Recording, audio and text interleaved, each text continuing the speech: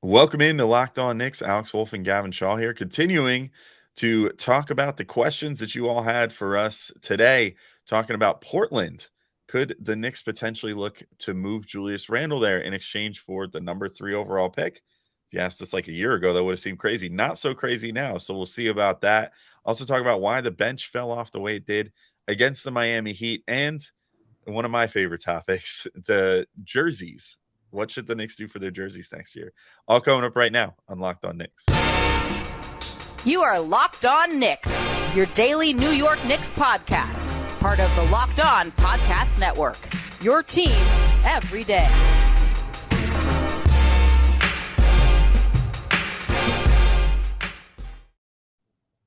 All right, welcome in to Locked On Knicks, and today's show is brought to you by Gametime. Download the Gametime app, create an account, and use code LOCKEDONNBA for $20 off your first purchase. Last-minute tickets, lowest price guaranteed.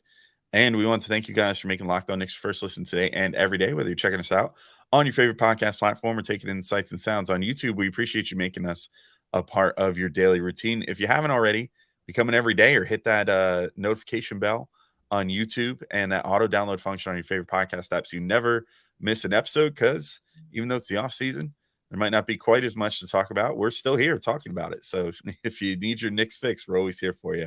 I'm Alex Wolf. I'm editor-in-chief of Knicks site, The Strickland, which you can find strict.land. He's Gavin Shaw, your favorite play-by-play broadcaster's favorite play-by-play broadcaster. And we've got a doubleheader question here to start, Gavin. These were our mailbag questions that we took via Twitter, via YouTube. We got them from a bunch of different places. And actually, this first question, sort of similar, came from both Twitter and YouTube. So I'll read off both parts. First one comes from Jordan Bubb at Bub Jordan on Twitter. If Portland wants to trade the 3rd overall pick and the Knicks' own first-round pick this year and trade filler to the Knicks for Julius Randle, would you take that deal? And what would you do with the 3rd overall pick? Would you pick Scoot if there, or would you trade down to get a better fit? And then Stefan W. off YouTube, I think from either the comments or the community tab, so shout out to YouTube. Mailbag question: if Portland and the Knicks were forced to make a trade focused around Randle going to Portland, what would the Knicks get back in return? So a lot of Portland discussion.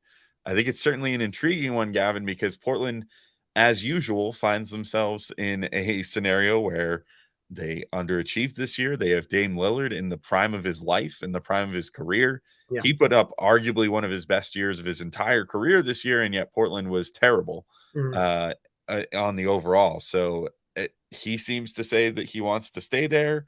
The smart move would probably be to trade Lillard at this point, yes. But they seem to think, if he wants to stay there, they should keep building around him, which would potentially make trading for Julius Randle appealing to them. Okay, first of all, let me just let's just talk to Portland for a little bit. You're nuts. It's insane. Trade Damian Lillard. Like I have a stake in this from a Knicks perspective. I would want Portland to do the stupid move, and that would be trading for Julius Randle. And yes, I'm sure they could be pretty decent with those two. They could be the 5 seed or the 4 seed, and they could lose in 6 games in the second round, just like the Knicks did. Whoop-de-doo. That'd be amazing, right? Portland's only been doing that for the last, I don't know, Alex, 20 so years, 30 or so years. We've seen Trailblazers teams be good and ultimately underachieve. And maybe a few Portland fans watching saying, hey, we've been better than you guys. Sure. Congratulations.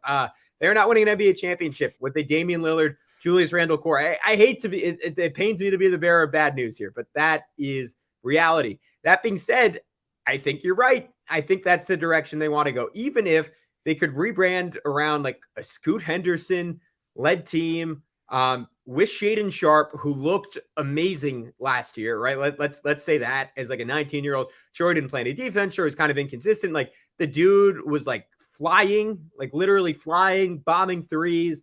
I wouldn't mind, like honestly, like a Randle for like Shaedon Sharpe plus other stuff package would be appealing to me as a Knicks guy. But let's look at this from the Knicks perspective. They don't want to take a step back, right? I don't think there's a world where the New York Knicks want to be a worse team next year than they were this year, which makes this trade on the surface very unlikely. I think there's 2 arguments for doing so. One, in trading for the number 3 pick or the guy who the number 3 pick becomes, the Knicks think that is a better trade chip in a star trade than Julius Randle, which to me holds a lot of weight, right? Because a team that is trading their star is going to be rebuilding, presumably, and is not really going to want a Julius Randle. They would love the number 3 pick. or if you could get a wing who projects as like a multi-time all-star, like a Brandon Miller, because we keep saying that's kind of the one type of guy the Knicks are lacking. And we don't think RJ is going to be that guy, at least in terms of your traditional 3-level scorer star. But what do you think of all that, Alex? Yeah, that's kind of where I'm at too. Yeah, first off, yes, I agree. Like Portland literally might have Scoot Henderson dropped in their lap right here. And in what's being largely considered one of the more talented draft classes of the last like 20 years. And yet, if they were willing to do something like this, then sure. And now, from a Knicks perspective, yeah, I'm there with you. Like, I guess for similar reasons, except for more justifiable. Like, if it's Scoot Henderson that's going to be there, you're kind of stuck between a rock and a hard place, right? If you're the Knicks or the Trailblazers, where it would be like, this guy is so talented, and yet from the Knicks perspective, you have Jalen Brunson already occupying that spot. And then it's like, are they going to play together? Probably not. Like, because you can't really see a world where Scoot Henderson is that good without the ball in his hands yet. Like, he's going to also Emmanuel Quickly. Yeah, and also Emmanuel Quickly exists, and you want to still get him time. Quentin Grimes exists. You want to still get him time. So it becomes hard to justify that. Much like it would be for Portland, who's like, well, we have Damian Lillard, except for the difference being like Damian Lillard is like 8 years older than Jalen Brunson. And so that sort of changes the timeline aspect of that whole thing, where it's like, well, maybe if you're Portland, again, you should try to trade the older guy who's still producing 30-point per game seasons and get the maximum value you can right now. But that's neither here nor there, because that's not what they seem to want to do. So then if you're the Knicks, like, yeah, if the Hornets take Scoot Henderson at 2, then I feel like then you'd be like, all right, we'll take Brandon Miller. I think that's a pretty easy call. He's a wing, he's a great scorer. Would probably fit exactly what the Knicks would need out of that spot. And then I guess you just elevate Obi Toppin to starter. It creates a bit of a conundrum as far as Grimes and RJ. Like, do you move RJ to the bench? Like, what are you doing? Or, I mean, in reality, Brandon Miller would probably come off the bench first, number 3 pick or not, considering it's Tom Thibodeau. But eventually, that would be a problem to have down the line. But if it's Scoot Henderson there, I think my plan would probably be try to trade back, acquire more talent, still stay in that top 10 and get yourself a really good player. We talked about Taylor Hendricks a ton. Maybe you do that, or try to trade for a star. And I don't know who that star is, but then the Knicks have maybe what Portland doesn't, which Portland has the 3rd pick, but they don't have much else to entice somebody to make a star trade. So their level of star that they can go after is probably more of a Julius Randle. But the Knicks, if they had a number 3 pick in tow, could then go to some other team with a star that they're willing to trade and say, hey, we've got the number 3 pick and Quentin Grimes and, RJ Barrett potentially, or like Emmanuel Quickly. Like, take your pick of the guys that they have available and all the picks they have available going forward. The Knicks can put together a really appealing package. So maybe it's just sort of a first step for them. But yeah, I'm with you. I think that could be an interesting move if Portland would be amicable to it, of course. Yeah, I'm with you. And I want to, I guess, like, discuss like the ceiling there, like if the Knicks were able to get a Brandon Miller and like what that would look like down the road. But first, Alex, I want to talk about our friends over at Gametime, because buying tickets to your favorite events, like, ultimately, right, you're going to the event for it to be fun. It shouldn't be a stressful thing. And that's why Gametime is the best, because it's a fast and easy way to buy tickets for all the sports, music, comedy, and theater near you, with killer deals on last minute tickets and their best price guaranteed. You can stop stressing over the tickets and start getting hyped for all the fun that you'll have, because Gametime is the place for last minute tickets. You don't have to plan months in advance. You can get tickets right up to the day of the event for pretty much any event you want, like whether it's sports, concerts, comedy, theater. And the beauty of it is the Gametime guarantee means you'll always get the best price. If you find tickets in the same section and row for less, Gametime will credit you 110% of the difference. And what I love about it is you can buy tickets in seconds,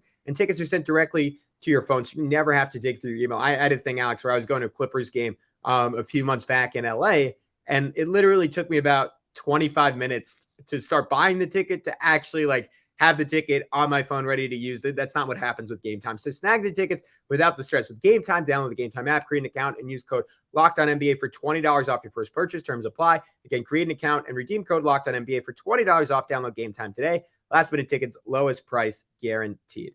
All right, so I want to look a little bit more like the Brandon Miller angle of this. And of course, this is contingent on the Charlotte Hornets not taking Brandon Miller, which would make a lot of sense for them because they're also in the same situation as the Knicks and the Trailblazers in that they have a franchise point guard already, making Scoot Henderson a little bit less appealing. But let's just say like the Knicks, like he falls to 3. Like to me, that is where it would be worth taking a step back. I don't think the Knicks want to do that. I don't think the Knicks are going to do that.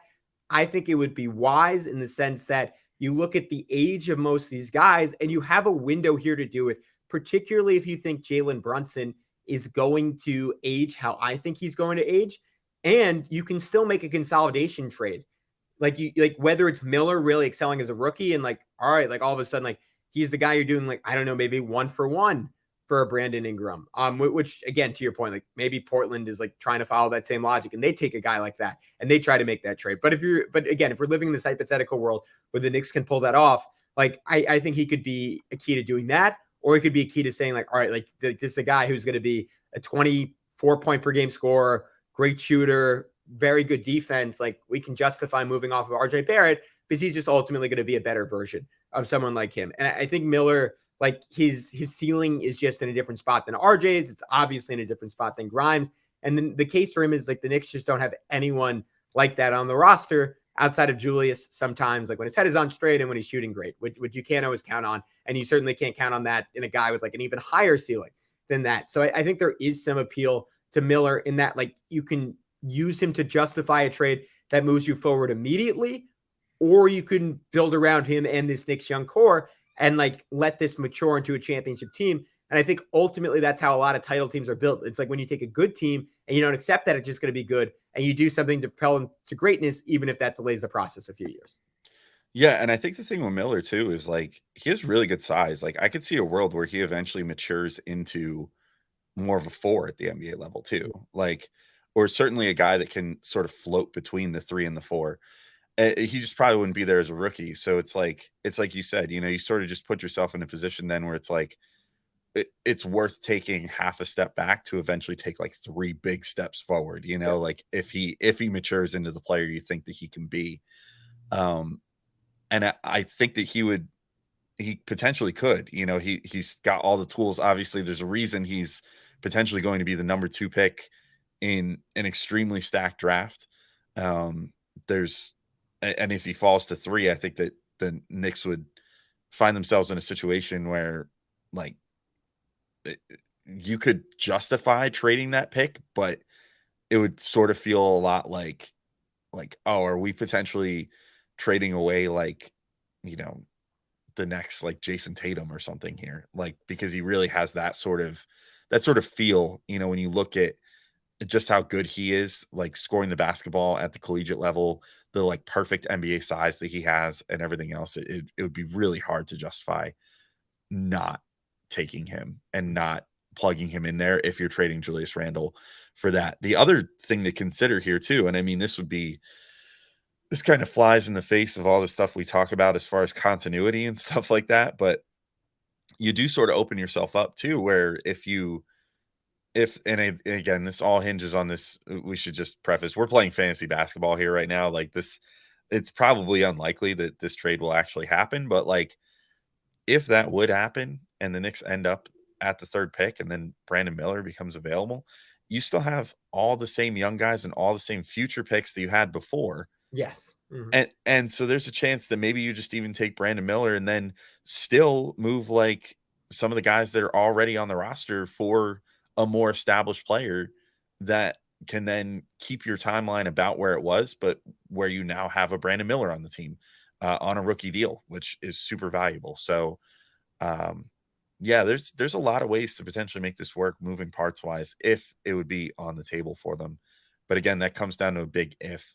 I do think probably the most likely thing that would potentially happen here would be the scenario that we laid out in the last segment, which was the Knicks, if they're able to pull this deal off, they get that 3rd pick, they would probably want to get it in advance so that then they could potentially look at deals where they could use that 3rd pick to get a more established star to some team that maybe finds a Scoot Henderson more appealing than the Knicks would, or then.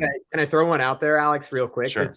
This is just kind of bouncing around in my head. I don't think it's a thing because they would have to move their other picks in another direction. But if you were the Knicks, and maybe you could argue that Portland should just want to do this directly, but could you acquire 3 and then trade it straight up to Orlando for Franz Wagner?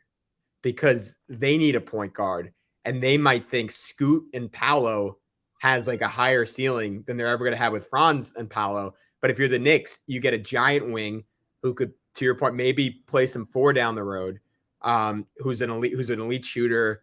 I think someone who, like, in the prime of his career is going to put up like 24 points per game pretty efficiently with really good defense. Like, that's the kind of guy, if I'm the Knicks, that I kind of want to fill out this roster next to Jalen Brunson.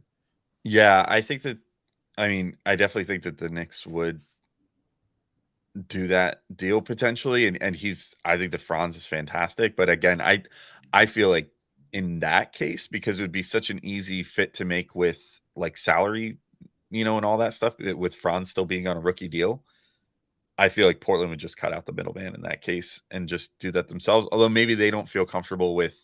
I was going to say, do they think he's good enough for like? Yeah, and look, Randle obviously struggled in the postseason, but we're talking about a guy made second team All-NBA next year. Like, he's still a step above what Franz is now.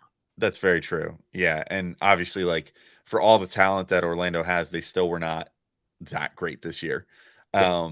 But through no fault of Franz Wagner. But yeah, maybe with Franz and Paolo, they're like, it would be more beneficial to have this point guard. Maybe you come up with, maybe there's even some version of a 3-teamer there where you end up doing it between the 3 teams, like on draft night. I don't know. It's intriguing. It's certainly something that I'd be interested to see. If it's even on the table. I don't know. Portland is just going to be such an interesting team to watch, I feel like, this offseason, because I just feel like they're going to continue to just be desperate and reek of desperation, trying to make stuff happen. There's not even a guarantee that they're going to be able to keep the guy that they traded for last year in Jeremy Grant, which is crazy too, which could potentially further the desperation they would have to get a guy like a Julius Randle too. So the next month is going to be real interesting from an outside perspective. And if I was a Portland fan, I would just be sitting here grinding my teeth at this point, because I don't know how they do it, man. It's got to be a rough existence right now. It's brutal, because if they just somehow got it number 1, like there wouldn't be any ambiguity. It'd be like, you draft Wembanyama, you have fun with him and Dame for like a year or two, then maybe like late career Dame, you trade off for like some supplementary pieces around him, but you have that beautiful like handoff of errors between those two. And maybe Wemby's good enough, like 2 seasons in, that you can justify going all in around those two. But now there's this real ambiguity introduced to the situation where Scoot makes those, like, this draft is so interesting, because the teams at 2 and 3 like don't need the guy who I would still argue is like probably the clear-cut second best player in the draft. So it's ripe for someone and maybe multiple someones to make big trades there. Yeah, I guess it just speaks to the overall depth at the point guard position in the NBA right now too, that like a guy as good as Scoot Henderson, there's only like a handful of teams that it's like, yeah, okay, yeah, we're like not well enough off already at this position that, we definitely want to add you in there. But yeah, it'll be interesting. I can't wait to see what Portland does this offseason. It's going to be a fun time. But Gavin, we got a couple other questions to get to here, including why the bench fell off the way that they did. And, obviously we got to, we just talked about the way the Knicks could make some seismic shifts, but maybe talk about some more minute things and some things with guys already on the team. And then I'll talk in a sec about the jerseys as well. One of my favorite little niche things with the Knicks, what their jerseys should look like next year. And actually, I don't have too many notes, so I'll talk about that in a second. But we'll take our final little break here and then be right back to get into all those topics. All right, we're back in to finish this episode, Gavin, and we've got 2 more questions to get through. First one, this is going to be funny because at the end, we'll see. We were told not to attempt to pronounce his last name, but I'm going to do it anyway. Yeah, I want to also. Yeah, go ahead. Julien Gathelier is what I'm going to say. At Julien Gathelier on Twitter. Why did the bench fall off the way it did in the Heat series? Lots of people, myself included, thought the Knicks had the better bench, but the Heat bench outscored the Knicks bench consistently in the series. P.S. You don't need to try to pronounce my last name. Well, Julian, tell me if I got it right. And if not, then Tell me how to do it right, because I pride myself on good pronunciation. I think I'm going Julian Gathalier there. Gathalier. Okay. All right. We'll see. Is it We'll Gathalier? hear back. Maybe neither of us are right. Yeah. Gathalier, Gathalier, or other? We'll see. Maybe Julian will get back to us on Twitter to let us know about that. But Gavin, what do you think about the Knicks bench and what the diagnosis is for why they ultimately faltered against the Heat? Yeah, I like the term diagnosis, because it feels like if I were a doctor, I would say like this patient has like 5 different things going on, and they're all adding up to this person being in a lot of pain. And I think that's essentially what happened with the New York Knicks bench in the playoffs. The biggest thing was Immanuel Quickley, who sorry, Malcolm Brogdon, was the best bench player in the NBA all season, was non-existent, and then he was hurt. And I think if we want to look, maybe it's like more interesting to talk about it before he got hurt, because that's kind of the one factor that will, hopefully be the only thing that translates to next year.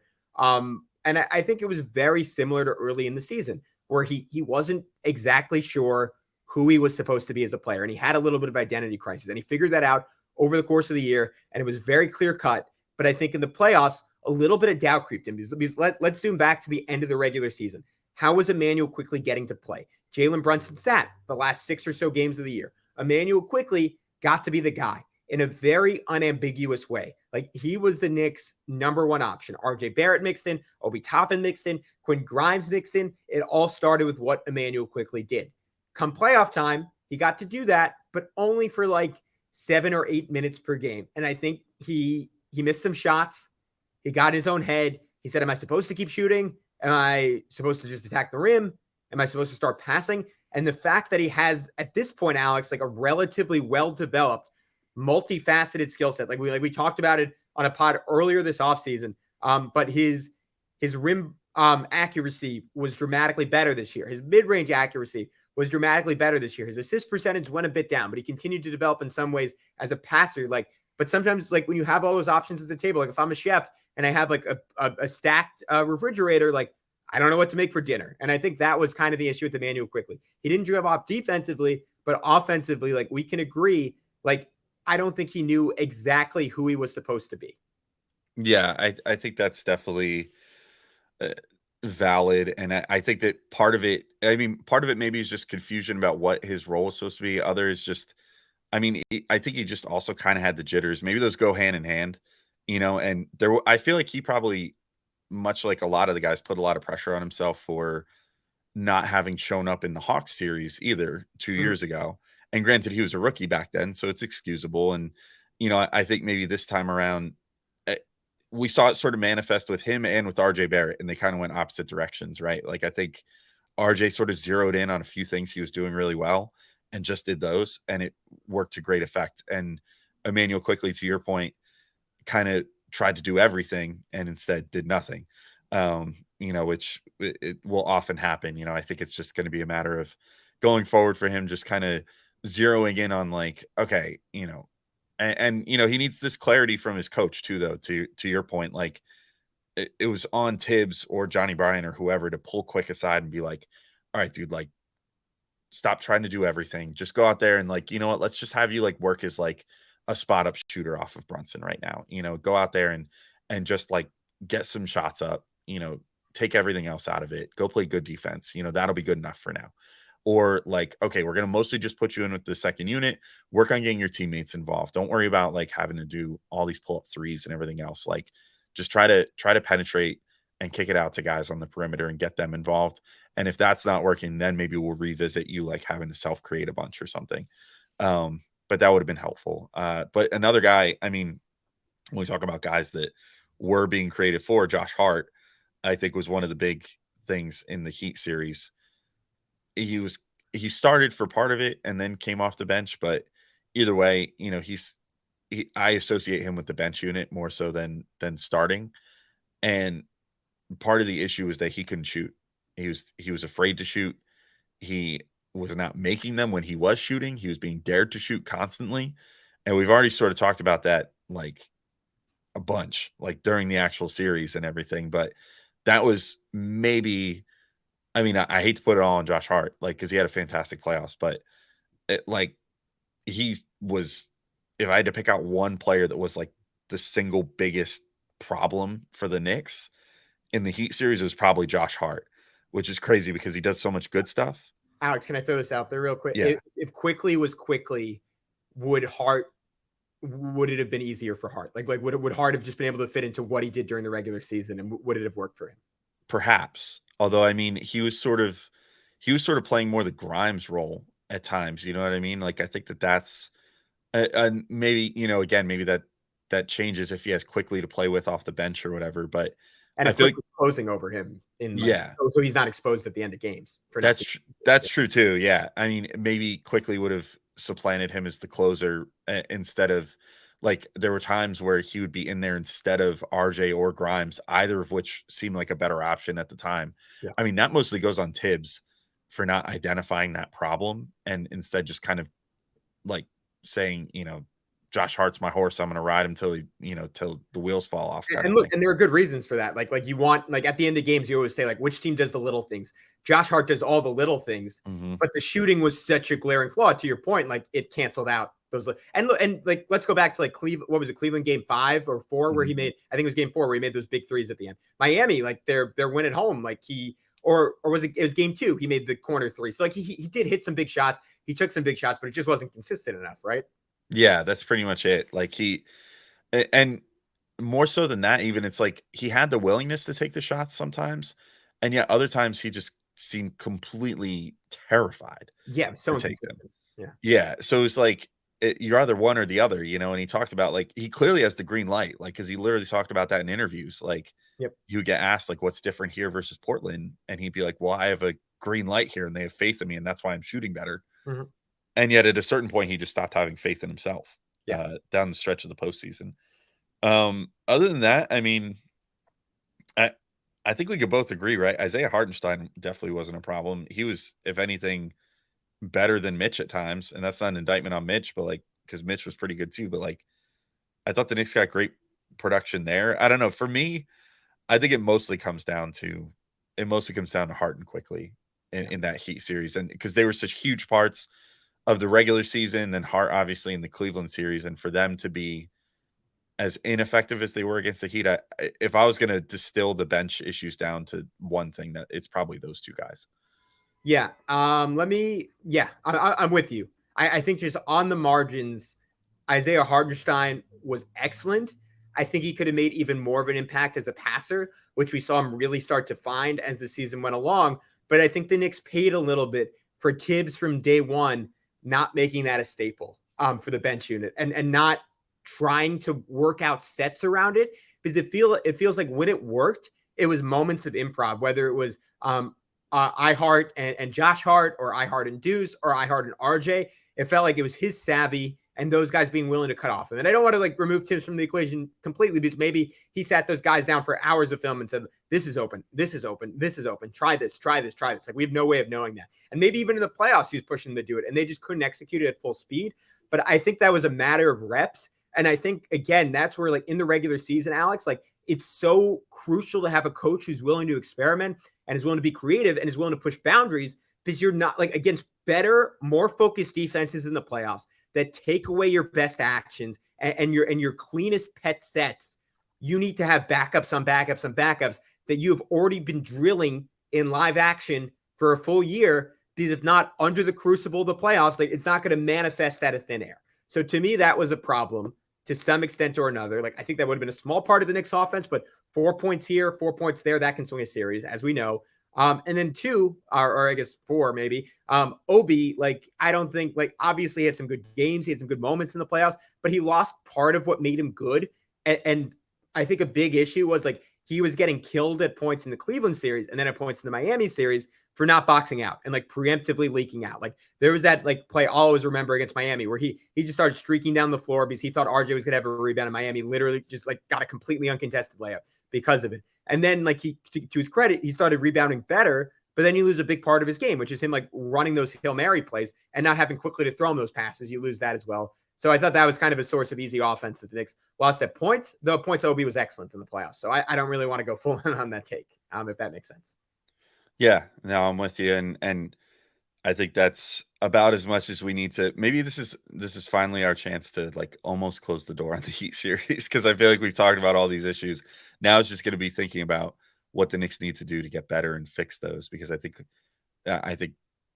even if we go back to our game pods, our post game pods, these things have been on the table for weeks now. And now it's just kind of on the front office and on Tibbs and on the players themselves to figure out how to fix that going into next year. So we'll move to our last question here. This comes from Scott Williams from YouTube. And Scott wants to know, what sort of jersey do you think the Knicks should have next season, as in colorway, special features, etc.? Gavin, I'll throw it to you first, because I know you when we were in pre-show, you were like, this is probably more in your arena, but do you have any thoughts? What did you think of the Knicks jerseys this year? They had they had the traditional home blue and white, and then also had the statement jersey, which was the navy blue with the gold and orange accents, and then the city edition jersey, which was the black jersey with the orange and blue accents on it naturally, and the white trimmed New York lettering on it. So did you have any thoughts on this year's jerseys or anything going forward? Only one. Give me the green jerseys once a year. God. Yeah, once a year. I just like I like being I like turning on my TV and thinking I have the wrong game for 5 seconds. That's all I'll say. Alex, you're more invested in this than I am. Go off. What do you think? Yeah, those green jerseys are disgusting. So I don't know if I could ever look at you the same again after that. I'll be wearing one next pod. I actually had one of those at one point. I found a mellow one on a clearance rack somewhere, and it was like $20, and I was like, you know what? It's disgusting looking, but for the meme, I'll pick it up. Sure, But yeah, I mean, I don't know. I've been pleasantly surprised with what the Knicks have done with their jerseys the last couple of years. I hated their statement jerseys the first two go rounds. The first one, the one that was essentially just their normal home jersey, but where they just made everything like pinstriped around the lettering and stuff. Yeah. That jersey was trash. I called it the Florida Gators uniform. I thought that uniform sucked. The one where it was the blue with the white letters with the orange trim. I wasn't really feeling that design, but I love the one they did this year. I affectionately called it the Strickland edition uniform, because they definitely ripped the colors of my website, whether they acknowledge it or not. But I'm cool with it. It looks sick, and it makes for a cool jersey for me to get to wear now, with the gold on it, which the Knicks had never used gold before, and the orange, and then the navy blue. I love the navy blue, so I hope they stick with that. The way that the jerseys work now is they statement jerseys they do for 2 seasons, so that jersey should be back next year. The city edition is the one that they switch up every year. So that one, I don't know. I didn't like the first Kith collab, which I think all of them have been Kith collabs, because any of them with that NYC Nike logo, I think they're collaborating with Kith on those. So the first one that they did with the City Never Sleeps New York Knicks 2 years ago with the circle, I hated that one. I was never a fan of that jersey. The one last year where it was the first or the black one that looked more akin with the lettering and stuff to the early 2000s ones, or the late 90s, early 2000s, that spoke to me. I liked that a lot. I liked that it was mostly black with just the hit of orange and blue on the piping. So I like those ones, although I thought they needed a little more blue, which they sort of solved this year, but then they changed the word mark up a little bit and made it more I don't know, a mix between the early 90s or the late 90s lettering and their current lettering, where they sort of flatten it out a little bit, because their current lettering is flat across the chest rather than curved. So I kind of wish they would have stuck with that lettering aesthetic on the New York part, but I did like that they sort of just were okay, we'll do the black jersey, but we're going to add a lot more blue to it and still have a decent amount of orange on there. So I don't really have too many notes other than I guess I think it would be sick if they basically took this year's design with the black, orange, and blue exactly where they were, but then just transplant it onto essentially the 99 finals jersey, where I call it the trapezoid jersey, where from under the armpit, the side panels actually flared out, and same deal with the shorts, the side panels of the shorts flared out to be bigger at the bottom. I always like that look. I think it's kind of a classic look for the Knicks since that was their last finals run. So maybe bring that back and just like put the color scheme that you just had, so it would be black with the orange and the blue on there. I think that would be pretty cool. So yeah, I don't know. Otherwise, not too many notes. I like, and don't touch the regular home and away jersey. I think those are still fine as they are. I know some people like try to say like the Knicks should do this huge, massive rebrand or something, but I don't like that. I like that their jersey is kind of classic. Like they're one of the original NBA teams. Like I think there's something sacred about that. So keep that in your main jersey, and then use the alternate jerseys to have some fun. So yeah, I think that's my only note. Like no notes for Nike, which is weird because I hated their first few years of jerseys that they did for the Knicks. The firefighter jersey was stupid. Like salute to the FDNY, but the jersey was dumb. And I thought they did a pretty good one with the second City Edition jersey with the checkerboard piping and that one was cool. But otherwise, I mean, yeah, I think since they started teaming up with Kits, and honestly, since the Leon Rose era, which he probably has his finger on the pulse of culture a little better than like Steve Mills did, and focuses on that part of his job. I think they've been doing a good job. So, and Steve Stout, who's been more quietly working with the Knicks, like hopefully, social media and all that stuff. Like I think they've been doing a better job. So, cool. Shout out to the designers. Anyway, that's it for this episode. Thank you all for listening, and we'll be back with more finishing answering your questions. We still got a bunch, so thank you all so much for asking so many questions this month. So we have something to talk about. But till next time, this has been Locked On Knicks, and we'll talk to you all soon. Peace out, everybody.